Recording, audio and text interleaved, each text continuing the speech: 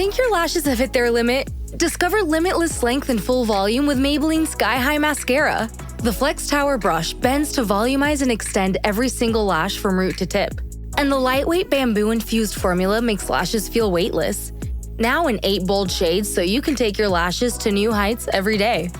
Visit Maybelline.com to shop Sky High Mascara now.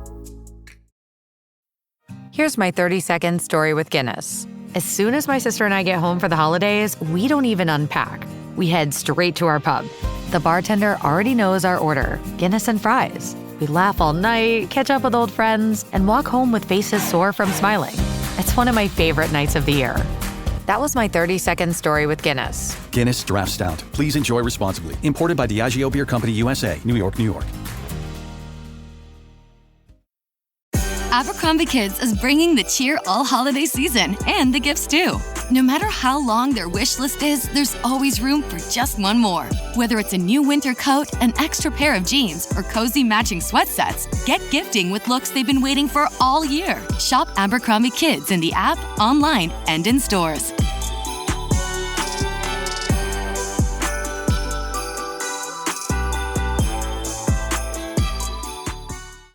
Vacation's over. Time to get back to work. The Police Academy franchise leaves the sunny climes of Miami Beach to return to clean up the mean streets. But can getting back to basics get viewers back to the screens?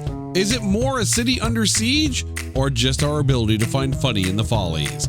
Time to settle in for a 6th spot and see if Police Academy 6, City Under Siege, is not that bad.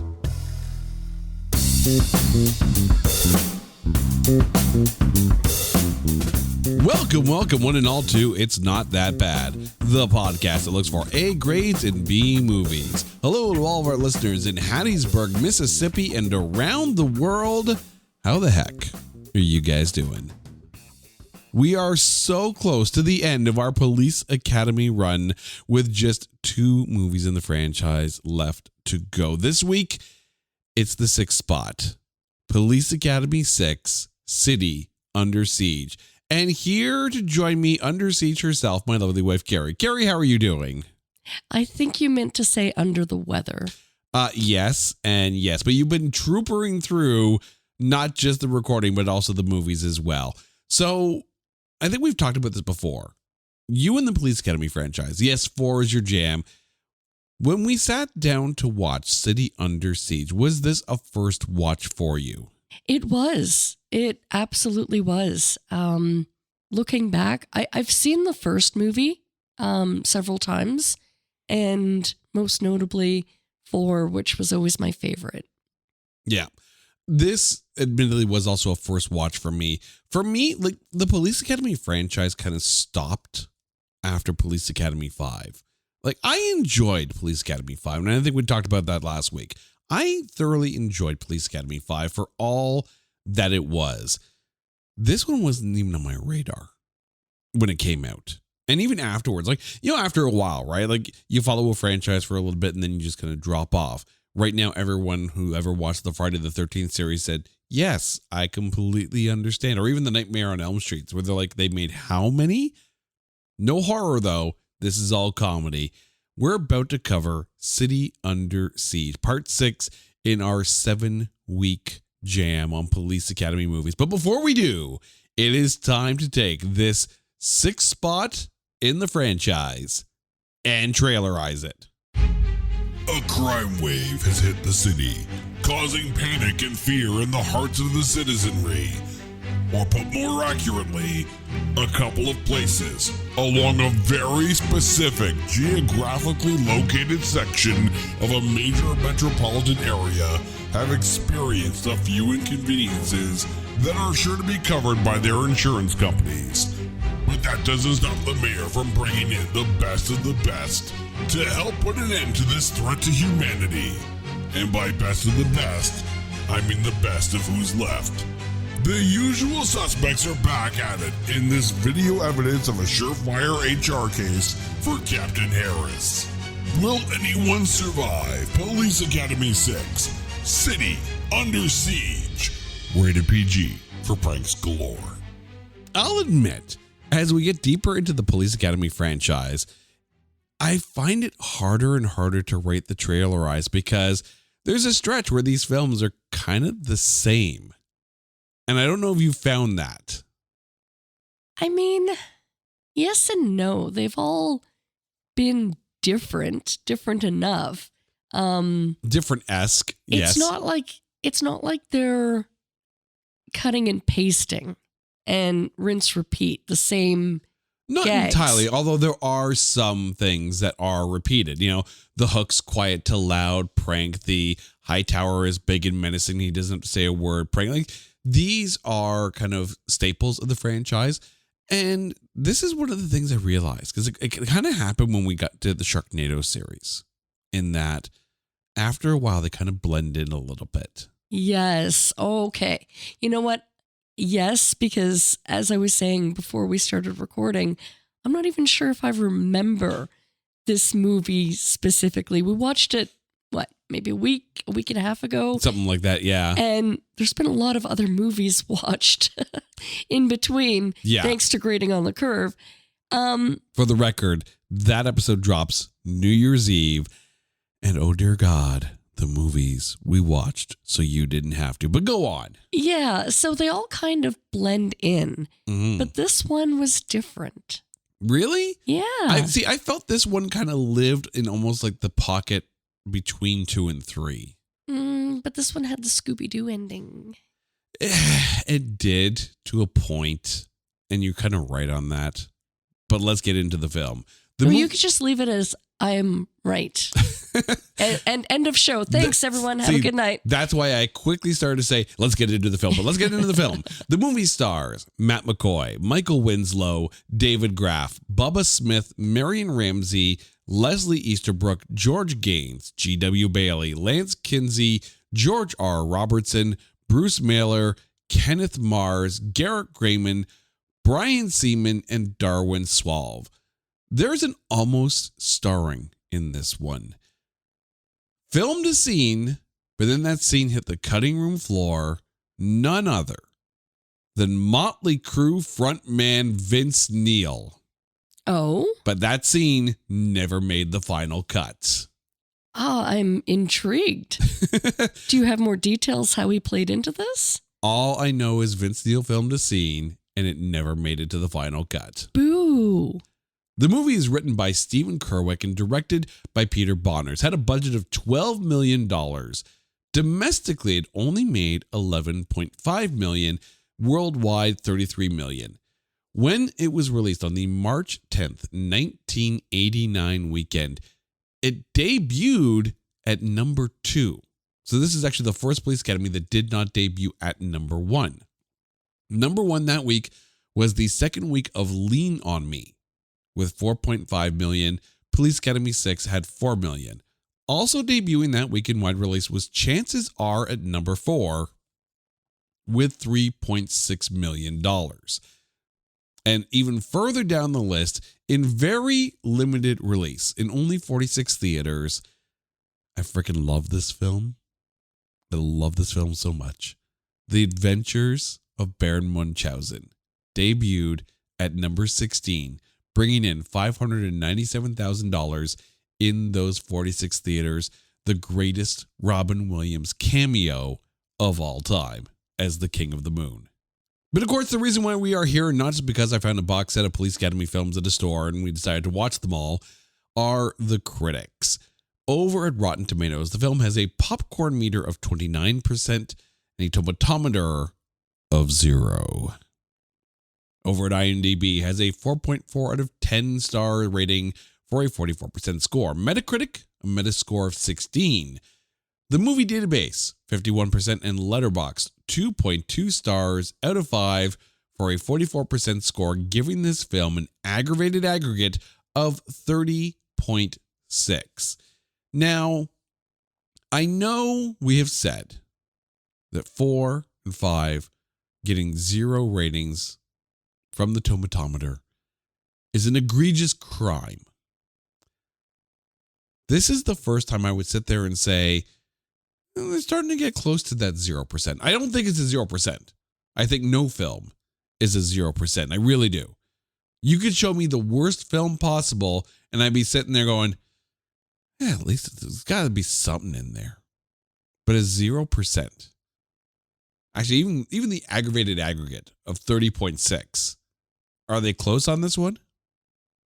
It's still low, but I agree with you that I think 0 is too low to give to any film because there's effort that goes into it and there's creativity and, you know, the whole process of making a film, right? That has to be at least acknowledged. Oh, absolutely. Yeah. Like to give something a 0 is just insulting. And I think it's an easy way out.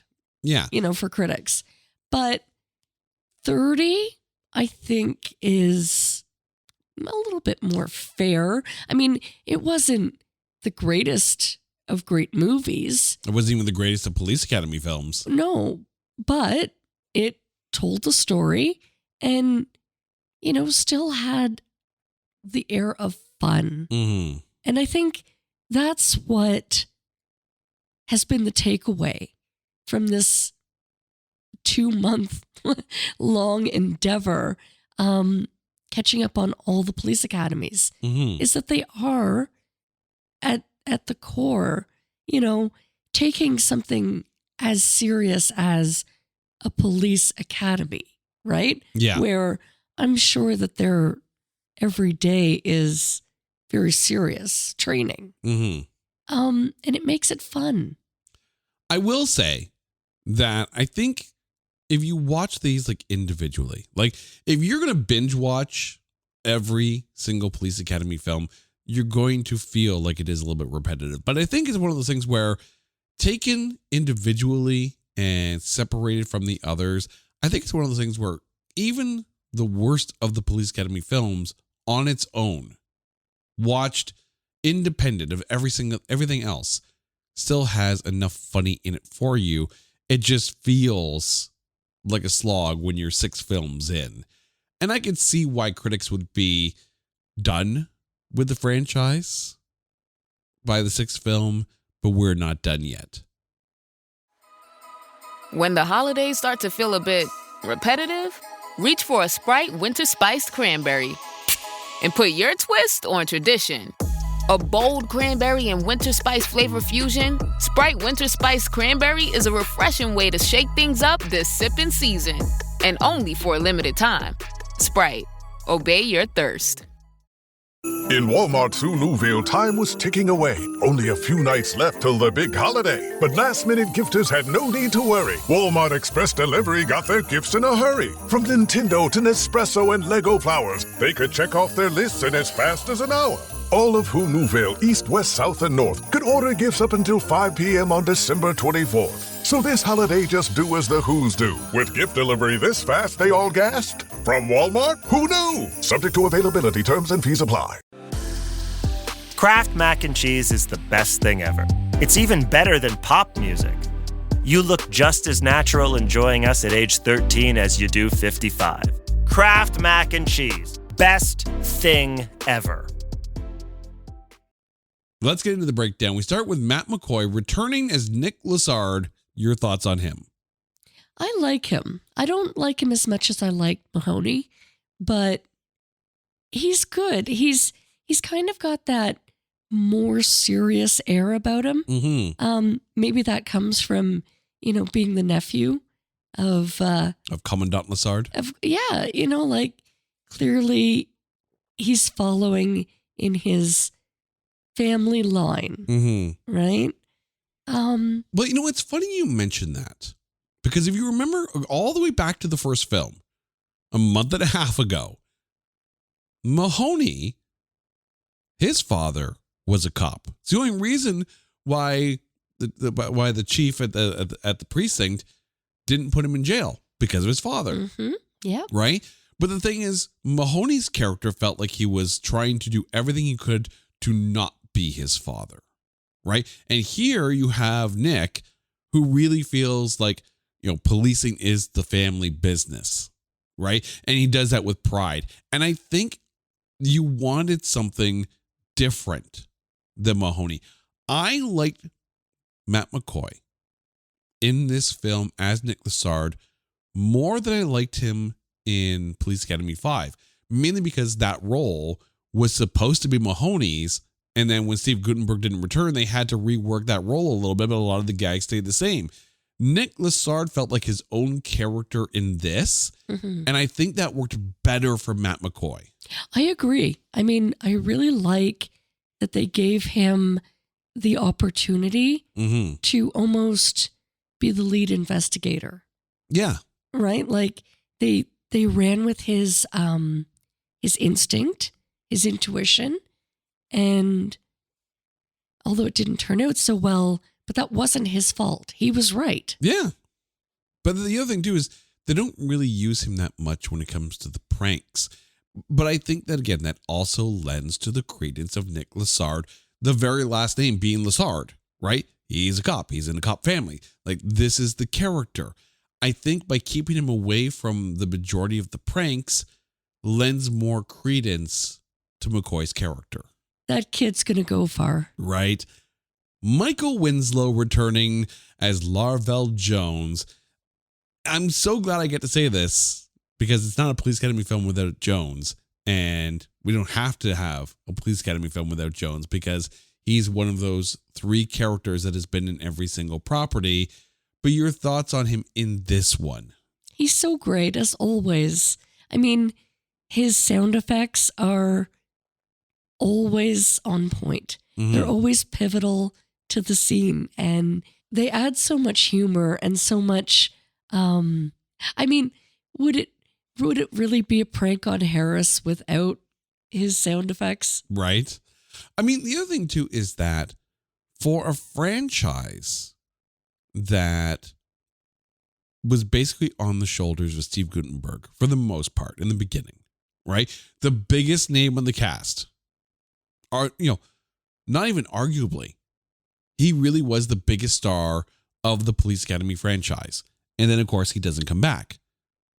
Michael Winslow picks up the ball, runs down the field, and carries the pride of the Police Academy franchise all the way to the end zone. Making sound effects all the way. Oh, absolutely, right? He'd be making horse sound effects the entire time while running down the field. And he's his own cheering squad. But I think there's something just genuinely likable about the fact that Michael Winslow always puts his all into every single police. Like, there's a pride in the character of Larvell Jones, right? He's a lovable character to begin with, but seeing just the love that Winslow has for that character, it really comes across well on screen. Bubba Smith returning as Hightower, a bigger role for him than in 2 or 3. And I think it's one of those things where, and we talked about this in Police Academy 5, in that when you have a smaller cast, you're not trying to introduce all these rookies and all these other cast members, you have more script space for the original crew. Hightower returning for you, your thoughts? I think this goes across the board for all the characters, that I love that this movie especially allows them almost equal screen time. Yeah. And equal storyline. It's not just about his height and his size anymore. No. He's such a pivotal member of this police force. Right.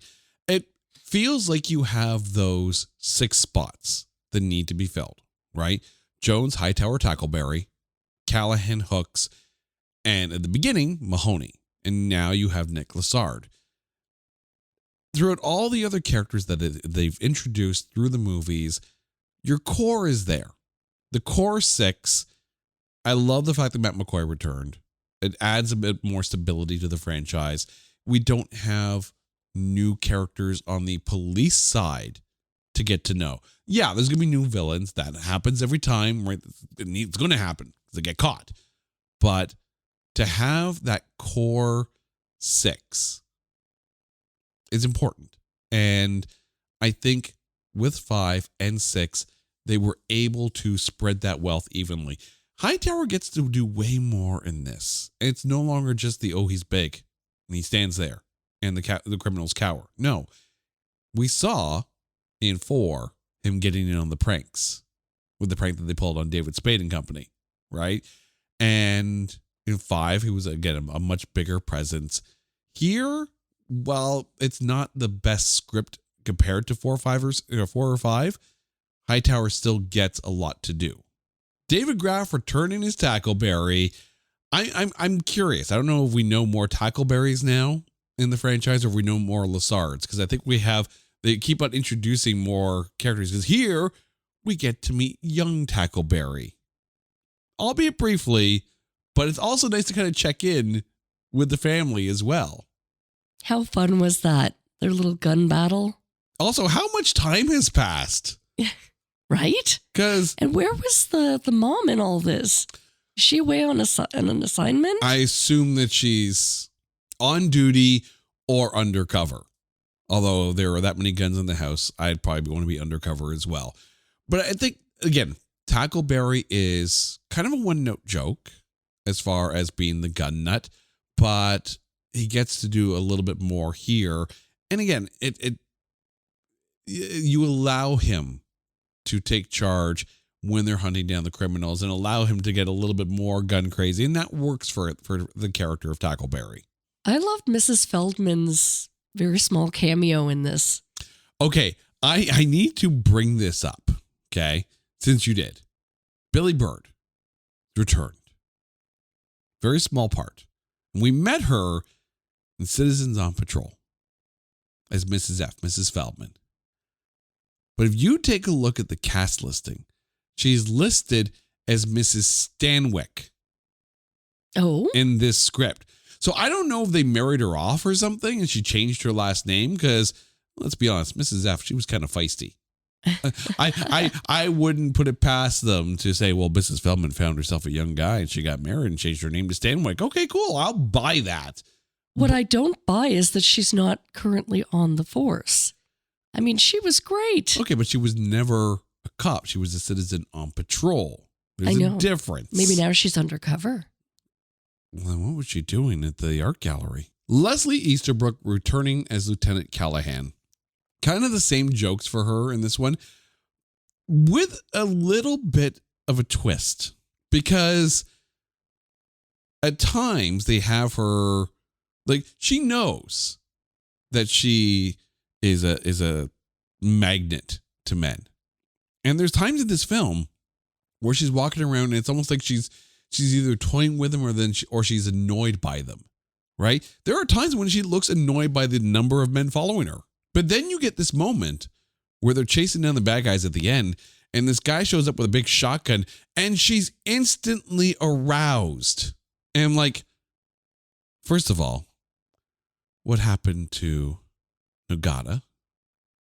Her love from Police Academy 4 and 3. But secondly, it kind of hit me. I love what they did with Colin Camp in getting Tackleberry married in Police Academy 2. Totally fine with it. But the way Callahan acts in this, would it not have made more sense to have Callahan and Tackleberry together? I don't know about that. I think that would just be too crazy. But I mean, the whole idea of Colleen Camp was to have a gun nut that was, the equal to Tackleberry. The thing is, Callahan is also the equal to Tackleberry. Yeah, but she was his trainer. She was she was many people's trainer, and she still had relationships with them. Yeah. Okay. What I love, though, is, and I think you're overlooking, that even though she's very self-aware of her effect on men. Her effect on men, exactly. Her power of presence, if you will. I mean, I get it. I mean, you walk by and I start walking behind you going, but they gave her strength in this. Well, she had strength in everything. Yeah. The gym scene where, she was proving her strength. Mm-hmm. And it's not just about her physique. It's not just about, the twins. It's about her actual body strength. Okay, but when the guy shows up with a shotgun and she's like, what a big gun you have. I'm like, whoa, hose it down there, Callahan. I don't know. I think That one line was counter to everything they had built up in this film for her. it flew over my head, to be honest. Maybe I'm just susceptible to, picking out these things because we have been nitpicking the entire franchise for a bit. And then we get Marion Ramsey returning his hooks. And they finally switched the gag. It's no longer the quiet to loud gag for hooks. Instead, no. They got some guy being a total dick to her.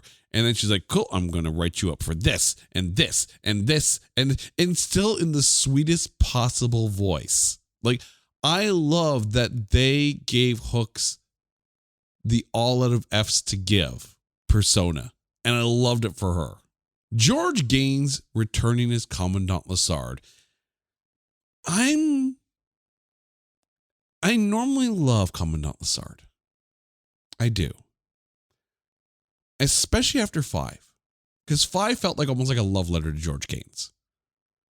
Here, it's they almost neutered like the lovable Lassard that George Gaines is. Like, they tried to set him up for no reason possible. Like, everything was... It's like he was there for Harris to annoy. He was almost like a plot point for Harris, as opposed to being just lovable and goofy. And I don't know if that's what you want to do with Commandant Lassard. Commandant Lassard was always on top of his game in the most... I don't want to say senile, but definitely the most... pleasantly oblivious kind of way. I think it's probably the best way to put it. But they really did him dirty in this one. Not in a bad way, but you have a main character, a staple of the franchise, and he's a plot point for the nuisance.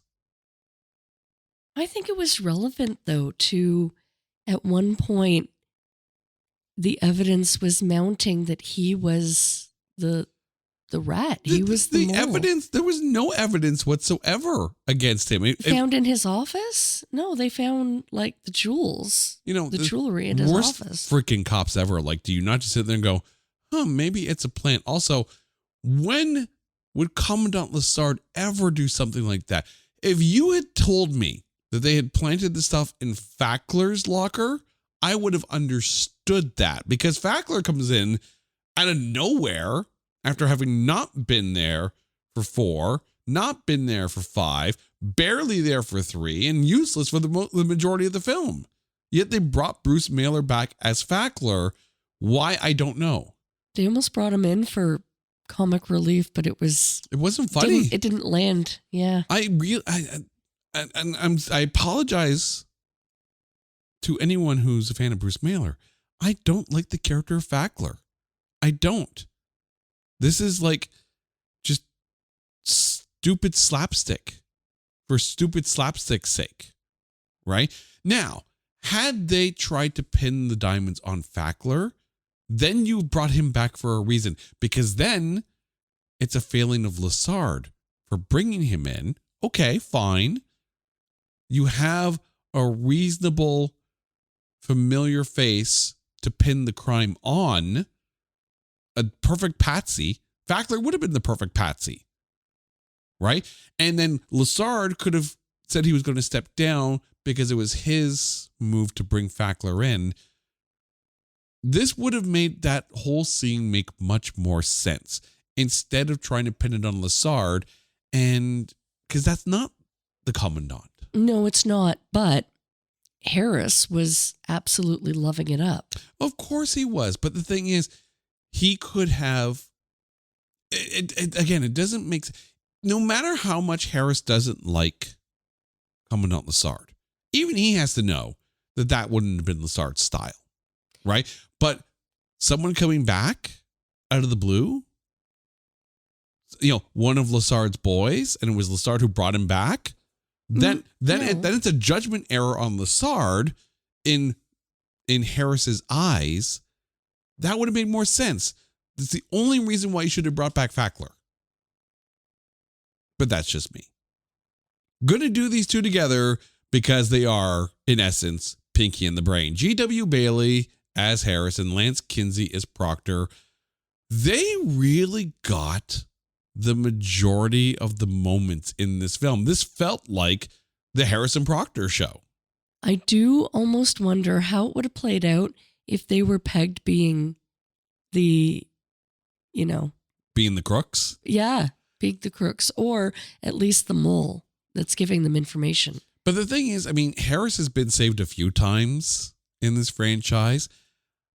I think the writers recognize the comic chemistry between G.W. Bailey and Lance Kinsey and these two characters, Harris and Proctor.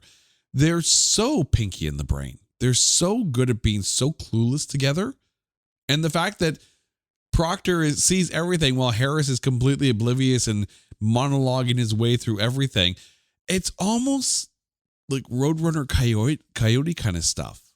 The fact that Proctor didn't do anything makes me wonder, because he's so, how is he a cop? But he's so deferent to Harris. So if Harris says, no, Proctor wants to tell him, Proctor wants to help out, but he also doesn't want to stomp on. Proctor's not the guy to say, shut up, Harris, and listen to me. So he lets the bad guys get away and waves to them. Well, he is also, Pinky. Mm-hmm.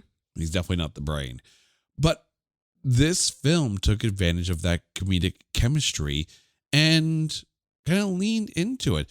This film isn't so much about the pranks against Harris, as other ones are. This is where City Under Siege kind of pulls its own identity in using Proctor and Harris as comedic scapegoats for the reason why everything goes wrong, as opposed to just being a target of retaliation for being a general ass. In this case, you make Harris and Proctor the idiots by just being so clueless, and that works for those two in this film. I'm going to put these three together because really, they didn't really do much to differentiate them. Garrett Graham, Brian Seaman, and Darwin Suave as the Wilson Heights gang. These are the three guys that are running all the fences, at the behest of the mastermind.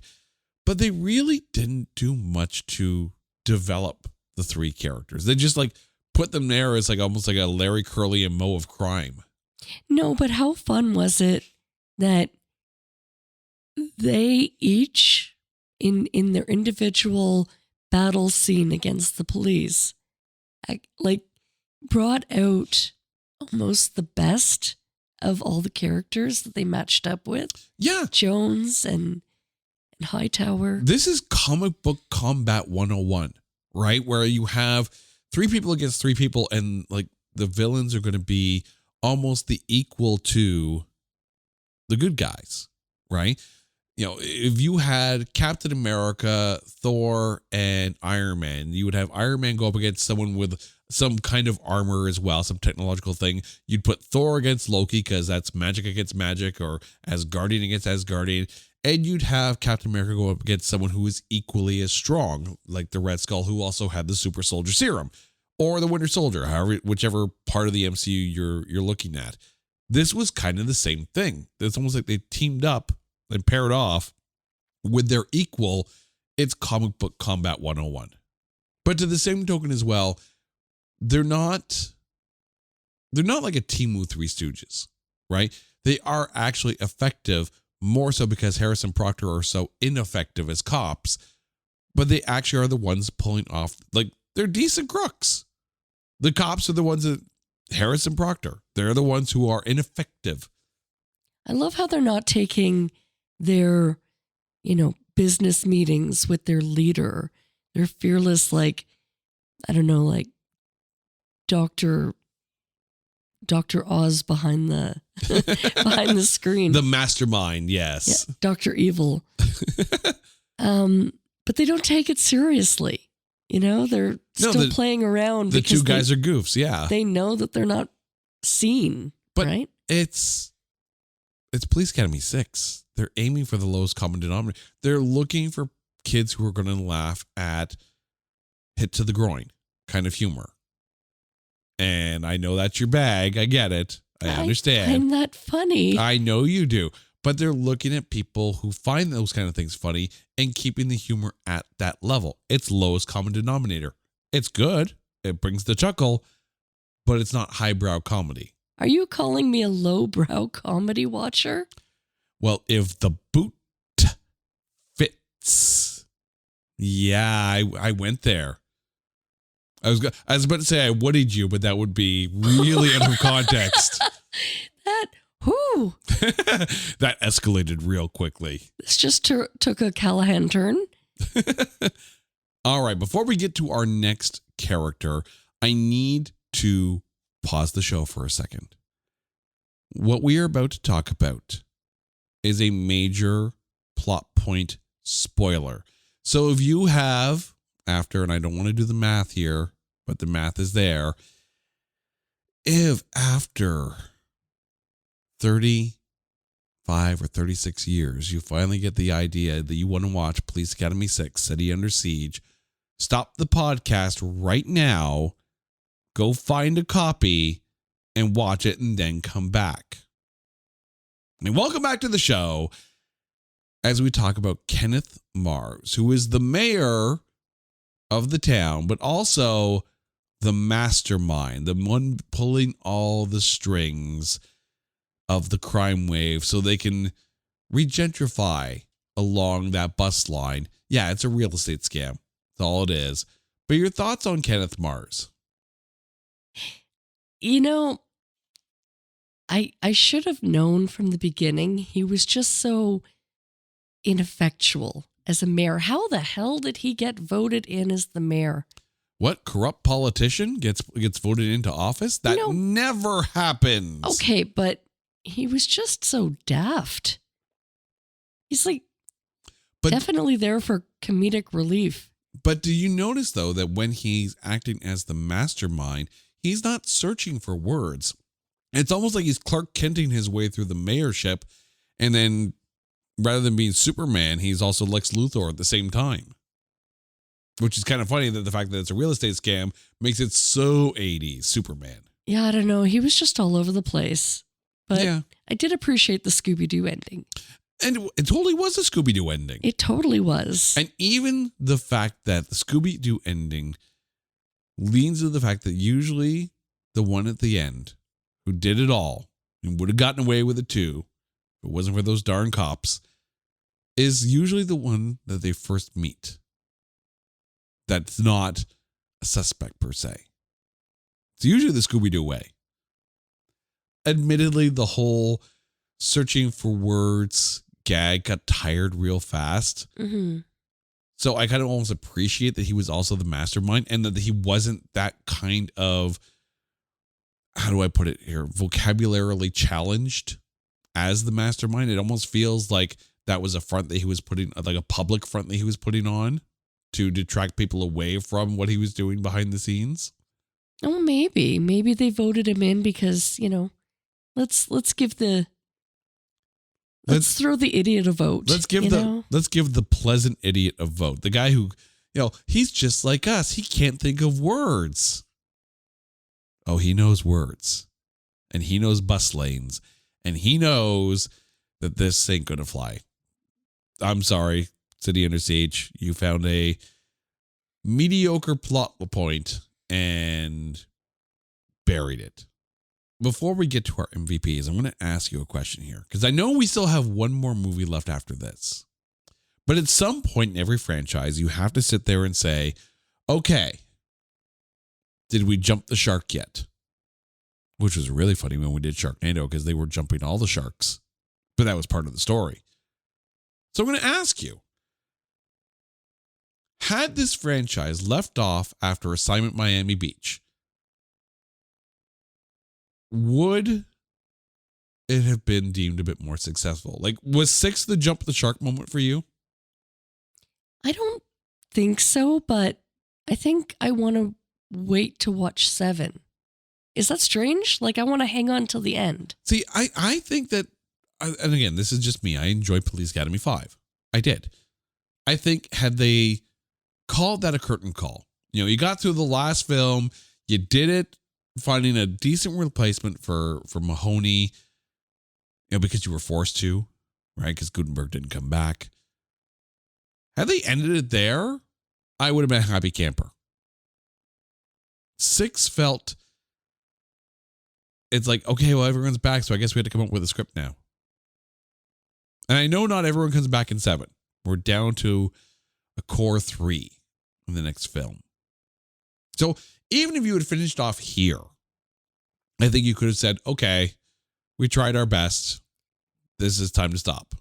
This isn't the strongest output of the franchise. I've never seen Police Academy 7, so I can't say if it's the worst way to end it or not. We still have one film left to talk about that. And that'll happen next week before our Grading on a Curve special to round up 2025. But Carrie, your MVP of Police Academy 6, City Under Siege, who is it? I am all about Hooks. You were always all about Hooks, though. How she handled those, they were trying to bully her, those businessmen that refused to move the car and tried to make her throw away the ticket. No. She wasn't having any of it. For the record, when that scene happened and Hooks got her comeuppance there and just handed all the tickets to the dude, Carrie, sitting beside me, goes, yes! As she does every time Hooks shows somebody up. Hooks is Carrie's hero. She's not my MVP on this one. Oh, who is? I have 2 MVPs. And because you can't have one without the other. It's G.W. Bailey and Lance Kinsey. Harris and Proctor are my MVPs of City Under Siege. And I say that because they were funny beyond the pranks. They found a way to utilize Harrison Proctor in a new way that wasn't just annoy the squad. They were funny in their obliviousness and their the root of all problemness. Their pinky in the brain chemistry gets its time to shine in this one. Carrie, thank you so much for this. And to you, our dear listeners, remember, next week, we wrap it all up with Police Academy 7, Mission to Moscow. But until then, you guys know the drill. If there's a movie out there that you think is unfairly maligned or is so bad that there is no way in a city under siege that we can find anything good to say about it, hit us up on social media at NotThatBadcast or go to our website at NotThatBadcast.com. Until next time, she's Carrie, I'm Jay. You guys are awesome. This is It's Not That Bad, a proud member of the Pantheon Podcast Network. Take care.